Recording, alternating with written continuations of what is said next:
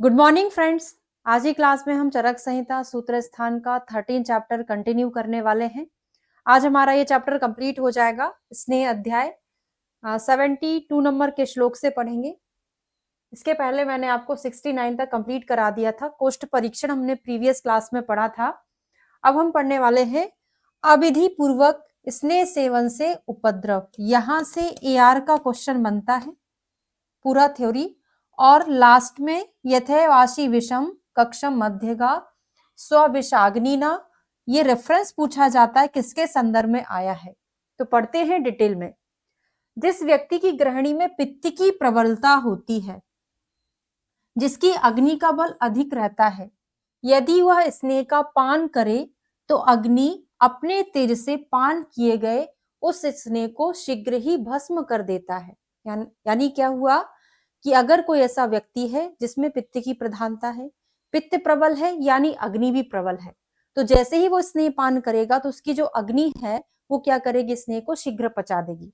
फिर उस स्नेह से तीव्र अग्नि बलवान होकर स्नेह की मात्रा को पचाकर ओज धातु को निकाल देती है, तीव्र रूप से तृष्णा को उत्पन्न कर देती है। स्नेह से अग्नि के दीप्त हो जाने पर यदि गुरु अन्न का सेवन किया जाए तो वह अत्यंत गुरु अन्न अग्नि को शांत करने में समर्थ नहीं होता। यानी इस समय इतनी ज्यादा तीव्र अग्नि होती है कि अगर आप गुरु अन्न का भी सेवन करेंगे वो भी अग्नि को शांत नहीं कर पाएगा, वो अग्नि उसको भी पचा डालेगी। ठीक है। यदि प्यास लगने पर उस व्यक्ति को शीतल जल नहीं मिलता है तो उसके शरीर में भयंकर दाह उत्पन्न होता है। जिस प्रकार सूखे तृण के ढेर या बंद कमरे में रहने वाले विषैले सांप को जब गुस्सा आता है तो उसके विष रूपी अग्नि से वह तृण जल जाता है और सांप भी उसी अग्नि में जलकर स्वयं भस्म हो जाता है, उसी प्रकार वैसे ही तीव्र अग्नि भी मृत्यु कारक बताई गई है। तो आपने समझ लिया कि किस कारण से अगर आपने अविधि पूर्वक स्नेह पान किया है, आपको नहीं पता व्यक्ति की अग्नि कैसी है और आपने थोड़ा सा स्नेह दिया है ना, प्रबल अग्नि में हमको की देनी पड़ेगी तो वो क्या हो जाएगा, है ना। तो इस तरीके का क्वेश्चन आपसे AR का पूछा जा सकता है। यहां से आगे आते स्नेह के अजीर्ण तथा तृष्णा की चिकित्सा। स्नेह आपने पिया, उसका अजीर्ण हो गया है या अजीर्णजन्य तृष्णा हो गई है, तो उसमें हमको क्या करना चाहिए। तो स्नेह के अजीर्ण होने पर यदि प्यास की अधिकता है तो क्या करना है, फर्स्ट लाइन ऑफ ट्रीटमेंट वमन करा दो। यदि हमने किसी व्यक्ति को स्नेह पान कराया, स्नेह अभी डाइजेस्ट नहीं हुआ है, व्यक्ति को बहुत ज्यादा प्यास लग रही है, प्रैक्टिकल सोचिएगा तभी आप AR के क्वेश्चन सॉल्व कर पाएंगे, है ना। व्यक्ति ने स्नेह पान किया, नहीं पचा है, अब उसको प्यास लग रही है, अब हम पेशेंट को क्या बोलेंगे, क्या ले लो, उसको बोलेंगे वमन करो। वमन यानी पूरा एक्टिव पैसिव वमन नहीं बोल रही मैं, पूरा प्रोसीजर वाला, है ना। उंगली को टच करेगा यहाँ पे अंदर से तो उसको वॉमिटिंग आएगी तो वमन करा दो। तो फर्स्ट क्या कराएंगे, वमन कराएंगे। दूसरा, इस पर भी अगर तृष्णा शांत नहीं हो रही है तो हम सेकंड नंबर पे क्या करेंगे, ठंडा पानी पिलाकर और थोड़ा सा रुक्ष अन्न खिलाकर फिर से वमन कराएंगे। दो चीजें याद करेंगे। पहला, फर्स्ट लाइन ऑफ ट्रीटमेंट क्या होगा, वमन कराएंगे। दूसरे नंबर पे अगर इससे ठीक नहीं हो रही है तृष्णा तो अब आपको ठंडा पानी पिलाना है, रुक्ष अन्न खिलाना है, उसके बाद वमन कराएंगे। ये किसने बोला, आचार्य चरक ने बोला। सुश्रुत जी ने क्या बोला है कि स्नेह के अजीर्ण होने पर समदोष पुरुष है तो गर्म जल पिलाकर वमन कराना चाहिए। इन्होंने गर्म जल पिलाकर वमन कराने को बोला है, लेकिन यहाँ पे दोष की कंडीशन दे दी है। ठीक है, याद रखिएगा। सुश्रुत का भी बहुत इंपॉर्टेंट है, बागभट्ट का भी यहाँ लिखा हुआ है। पंचकर्मा में पूरा तीनों का अलग अलग लिखा है कि स्नेह जन्य अजीर्ण में पिपासा अगर है तो चरक ने क्या ट्रीटमेंट बोला, सुश्रुत ने क्या बोला और बागभट्ट ने क्या बोला, वहां पे आप वर्टिकल अच्छे से याद कर पाएंगे। साम पित्त में अच्छ सर्पी का निषेध। साम पित्त है यानी पित्त में आप आम बना हुआ है, अब आपको क्या नहीं देना है, सर्पी नहीं देना है, प्योर सर्पी का पान नहीं कराना है। ठीक है, क्यों नहीं कराना है इसका भी रीजन बनेगा। तो पित्तज विकार में विशेषकर पित्त के समान आमयुक्त होने पर केवल घृत का पान नहीं करना चाहिए, क्योंकि फिर AR का क्वेश्चन बनेगा, क्योंकि वह संपूर्ण शरीर को रंग देता है और ज्ञानवय स्रोतों में जाकर संज्ञा को नष्ट करके मार डालता है। एक बार और पढ़ते हैं। कंडीशन ये आएगी, अगर साम पित्त है तो आपको सर्पी पान नहीं कराना है, केवल सर्पी पान। क्यों? क्योंकि जो सर्पी होता है पित्त का शमन करता है ना। और जब आमता है, अगर हम पित्त का शमन करने वाला सर्पी वहां पर यूज करेंगे तो उससे अग्नि शांत हो जाएगी, अग्नि शांत हो जाएगी तो आम और ज्यादा बढ़ जाएगा, है ना। क्योंकि अभी हमको साम पित्त में आम को पचाने के लिए अग्नि की जरूरत है, घृत पिलाएंगे तो वो तो शांत कर देगा। ऐसा ही रीजन यहाँ पे लिखा है कि आम दोष के साथ मिले हुए पित्त को साम कहा जाता है। जठराग्नि की दुर्बलता से ठीक रूप से नहीं होता और दूषित हुआ वह रस आमाशय में चला जाए तो उसे आम कहते हैं। यह आम जब पित्त के साथ संबंध करता है तो उसे साम पित्त कहते हैं। ठीक है। और क्या है, यदि निराम पित्त में केवल साम दोष में पाचन का प्रयोग किया जाता है, घृत का शमन करने वाला होता है। यदि निराम पित्त में केवल घृत का प्रयोग किया जाएगा तो वह पित्त को शांत करने की चेष्टा करेगा, किंतु सामावस्था में यदि पित्त को शांत करने की चेष्टा की जाती है तो वह भयंकर उपद्रव करने वाला हो जाता है। ये इसका रीजन है कि साम पित्त में आपको केवल घृतपान क्यों नहीं देना चाहिए। अब पढ़ते हैं स्नेह व्यापद।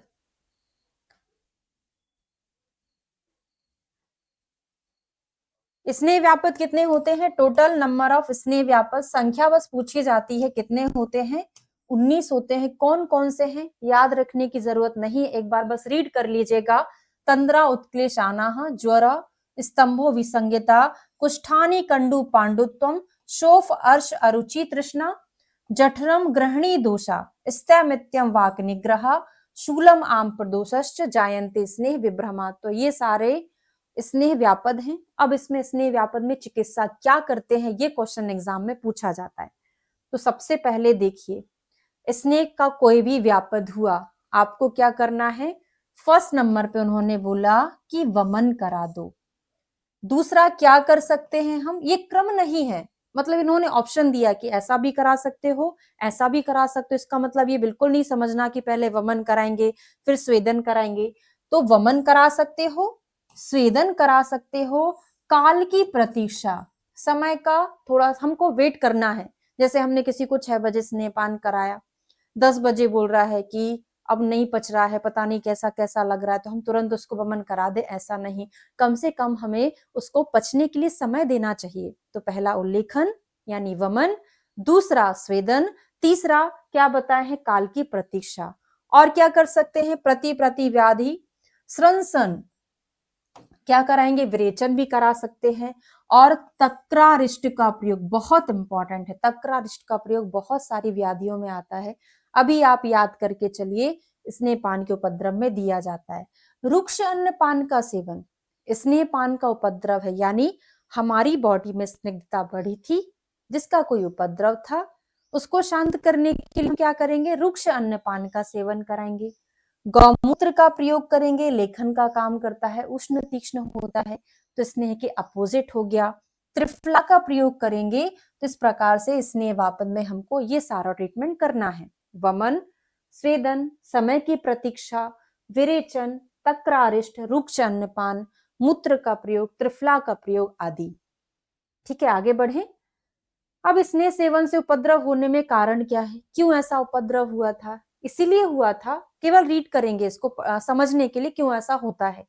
तो अकाल में आपने स्नेहपान करा दिया, जिस मनुष्य के लिए या जिस रोग में जो स्नेह लाभकारी नहीं था आपने वो पिला दिया, या फिर स्नेह का सेवन ना करने और स्नेह सेवन में बताए हुए नियमों का पालन नहीं किया था। ठीक है, तो इस कारण से ये उपद्रव हो जाते हैं। अब संशोधन के लिए स्नेह पीने में आचार, यानी संशोधन स्नेहपान, यानी आपको वमन कराना है या विरेचन कराना है, उसके लिए आप 7 दिन, 5 दिन, 3 दिन, जितने भी दिन स्नेह का प्रकर्ष काल होता है ना, मतलब जिस प्रकार का कोष्ठ है उसके हिसाब से आप अब स्नेहपान कर रहे हैं, तो उस स्नेहपान करने के दौरान आपको क्या करना है, विश्राम काल में क्या करना चाहिए और कितने दिन बाद आपको वमन कराना है या विरेचन कराना है, वो हम चीज पढ़ने वाले हैं। तो स्नेहात प्रस्कंदनम, प्रस्कंदन किसका पर्याय है, विरेचन का पर्याय है। उल्लेखन किसका पर्याय है, वमन का पर्याय है ना। तो स्नेह पी लेने के बाद जंतुस्ति रातो परता पिवेत, क्या है, अगर हमको किसी को विरेचन कराना है तो स्नेह पान के 3 दिन बाद विरेचन कराएंगे, अभी समझाऊंगी। और क्या है, इस दौरान जो 3 दिन का विश्राम काल है उस दौरान हमको किस प्रकार का आहार लेना चाहिए, स्नेहवत द्रवम उष्णम च त्रेहम भुक्त्वा रसोदनम, स्नेह के जैसा हमको द्रव, उष्ण और रस औदन यानी चावल का भात सेवन करना चाहिए। रस यानी मांस रस है, पढ़ लेते हैं। तो स्नेह पी लेने के बाद 3 दिन तक पुरुष विश्राम करे और इस 3 दिन में स्नेह से मिश्रित द्रव, उष्ण, मांसरस और भात का सेवन कर विरेचन औषधि का प्रयोग करना चाहिए। पहला क्वेश्चन कैसा बनेगा, दूसरा क्वेश्चन यहाँ से रीजनिंग बनेगा, तीसरा क्वेश्चन सर्वसामान्य बनेगा, यानी जो श्लोक में दिया है वही क्वेश्चन बनेगा। तो पहले क्वेश्चन की बात करते हैं। पहला तो पर्याय, प्रस्कंदन किसका पर्याय है, विरेचन का पर्याय है। दूसरा क्वेश्चन बनता है कि स्नेह पान के कितने दिन बाद विरेचन कराते हैं, स्नेह पान के 3 दिन बाद विरेचन कराते हैं, ठीक है। दूसरा क्वेश्चन हो गया। अब तीसरा क्वेश्चन बनता है कि जो 3 दिन का विश्राम किया जाता है उस समय किस प्रकार का आहार लेना चाहिए, तो स्नेह मिश्रित द्रव उष्ण आहार लेना चाहिए, मांस रस और भात का सेवन करना चाहिए। 3 क्वेश्चन बन गए। चौथा क्वेश्चन ये बनता है कि स्नेह पान के 3 दिन बाद ही विरेचन क्यों कराया जाता है, क्योंकि जब मैं आपको सिद्ध स्थान पढ़ाऊंगी वहां पर आइडियल कंडीशन दी हुई है किसकी, विरेचन की। मंद कफास्तु सम्यक, यानी विरेचिते, यानी विरेचन जो होता है मंद कफ में सम्यक रूप से होता है। तो आपने जो, मैं प्रधान शुद्धि को एग्जाम्पल लेके ही बात करूंगी हर जगह, तो आपने 7 दिन का जो स्नेह पान कराया था, स्नेह पान का उद्देश्य था बॉडी में क्लेद को बढ़ाना, ठीक है। तो 7 दिन में आपने बॉडी के क्लेद को बढ़ा दिया। अगर हम 1 दिन का विश्राम करके विरेचन कराते तो क्या होता, वो क्लेद इतना ज्यादा बढ़ाता, क्योंकि क्लेद जो है कफ के समान धर्मी होता है। अगर हम 1 दिन बाद विरेचन करा देंगे तो जो कफ है वो अभी अग्रेसिव कंडीशन में है, तो कफ बढ़ी हुई अवस्था में विरेचन हो ही नहीं सकता, क्या हो जाता, वमन हो जाता। इसीलिए 3 दिन का विश्राम दिया जाता है ताकि जो उत्क्लेशित हुआ कफ था वो थोड़ा सा शांत हो जाए। शांत मतलब शमन नहीं करना, मतलब वो ऊर्ध्वा प्रदेश से कहाँ चला जाए, थोड़ा सा अधो प्रदेश में, या थोड़ा सा उसका शमन हो जाए ताकि हमारा विरेचन अच्छे से हो। ये रीजन था 3 दिन बाद हमको विरेचन क्यों कराना है स्नेहपान के बाद। और वमन 1 दिन बाद क्यों कराना है, तो वही कॉन्सेप्ट आगे जाके हम पढ़ेंगे कि इसमें क्या होगा। जो वमन होता है वृद्ध कफ में अच्छा होता है, तो स्नेहपान के दौरान 1 दिन का विश्राम करके, अभी कफ वृद्ध अवस्था में है तो वमन कराएंगे तो सम्यक रूप से हो जाएगा। समझा दिया है, अब मैं पढ़ लेती हूँ तो आपको समझ आ जाएगा। तो विरेचन के पहले स्नेहन कराना आवश्यक है। जिस दिन सम्यक स्निग्ध का लक्षण शरीर में उत्पन्न हो जाए उसी दिन से स्नेह का सेवन त्याग देना चाहिए। 3 दिन का आपको विश्राम करना है, उसमें द्रव उष्ण मांसरस के साथ भात खिलाना है, उसके बाद आपको विरेचन कराना है। यह समय की प्रतीक्षा, भोजन, कफ उत्क्लेश की शांति के लिए किया जाता है। 3 दिन का समय, कफ के उत्क्लेश हो जाने से विरेचन विधिवत नहीं होता, ऐसा सिद्ध स्थान में कहा गया है। अब स्नेहपान के 1 दिन बाद क्या कराया जाता है, वमन कराया जाता है। क्वेश्चन पूछा जाता है क्यों कराया जाता, मैंने रीजन बता दिया है, अभी पढ़ा भी दूंगी। और कैसा आहार लेना चाहिए आपको, उष्ण मांस रस और भात खिलाना है। यहाँ पे द्रव नहीं बोला है, वहां पे द्रव उष्ण मांस रस भात, यहाँ पे द्रव भी बोला है, सॉरी द्रव भी है, तो द्रव उष्ण मांस रस और भात खिलाना है। सेम टू सेम वही कंडीशन होगी जो वहां पर थी, ठीक है। अब तात्पर्य यह है कि सम्यक स्निग्ध हो जाने पर द्रव स्निग्ध मांसरस और भात 1 दिन तक खिलाकर दूसरे दिन वमन कराना चाहिए।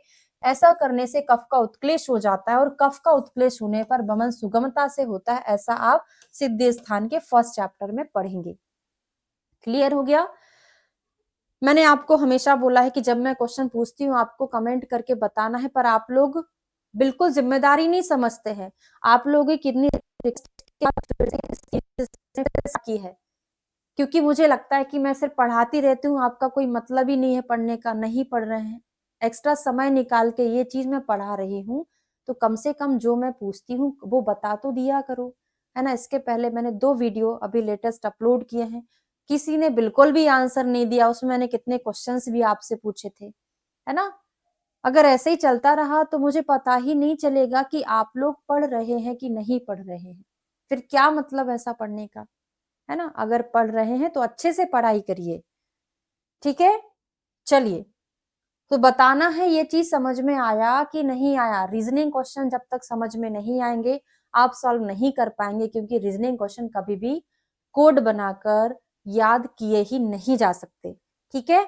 संशमन स्नेह पीने में आचार कैसा करेंगे, जैसा आप विरेचन के लिए करते हैं वैसा ही। तो संशमन करने के लिए सेवन किए हुए स्नेह में विरेचन के जैसा ही हमको आचार विधि का पालन करना है। अब आता है विचारणा। विचारणा मतलब क्या होता है?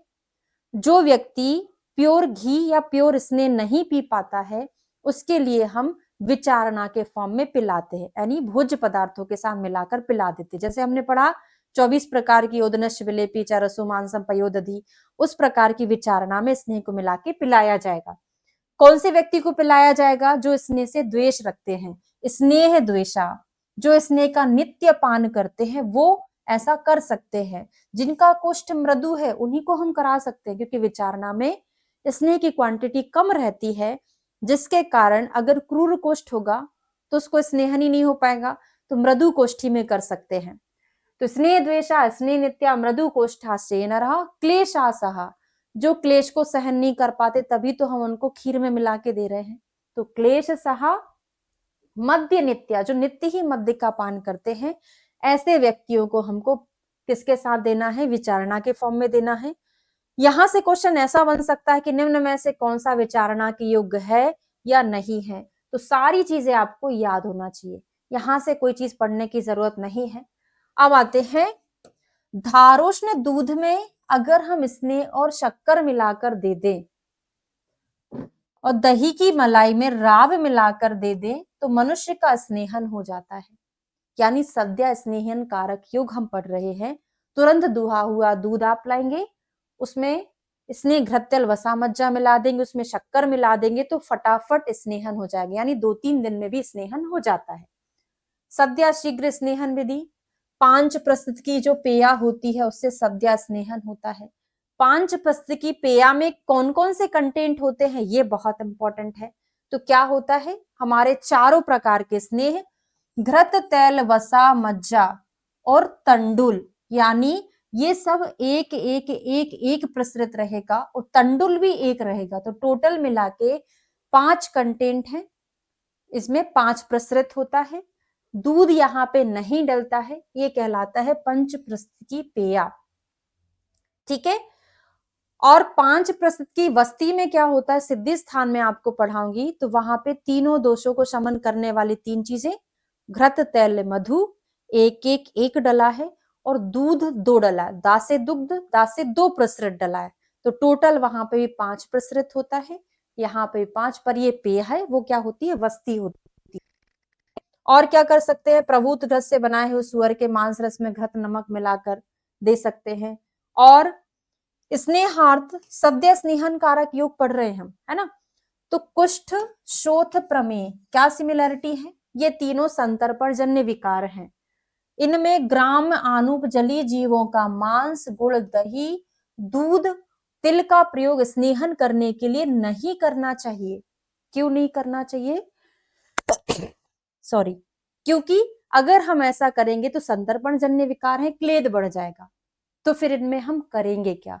क्वेश्चन पूछा जा सकता है कि कौन सी ऐसी बीमारियां हैं जिनमें ग्राम्य आनुप जलीय जीवों का मांस गुड़ दूध दही आदि का प्रयोग नहीं किया जाता स्नेहन कराने के लिए, है ना। तो कुष्ठ शोथ प्रमेय में नहीं किया जाता, पर इनमें संशोधन तो कराया जाता है।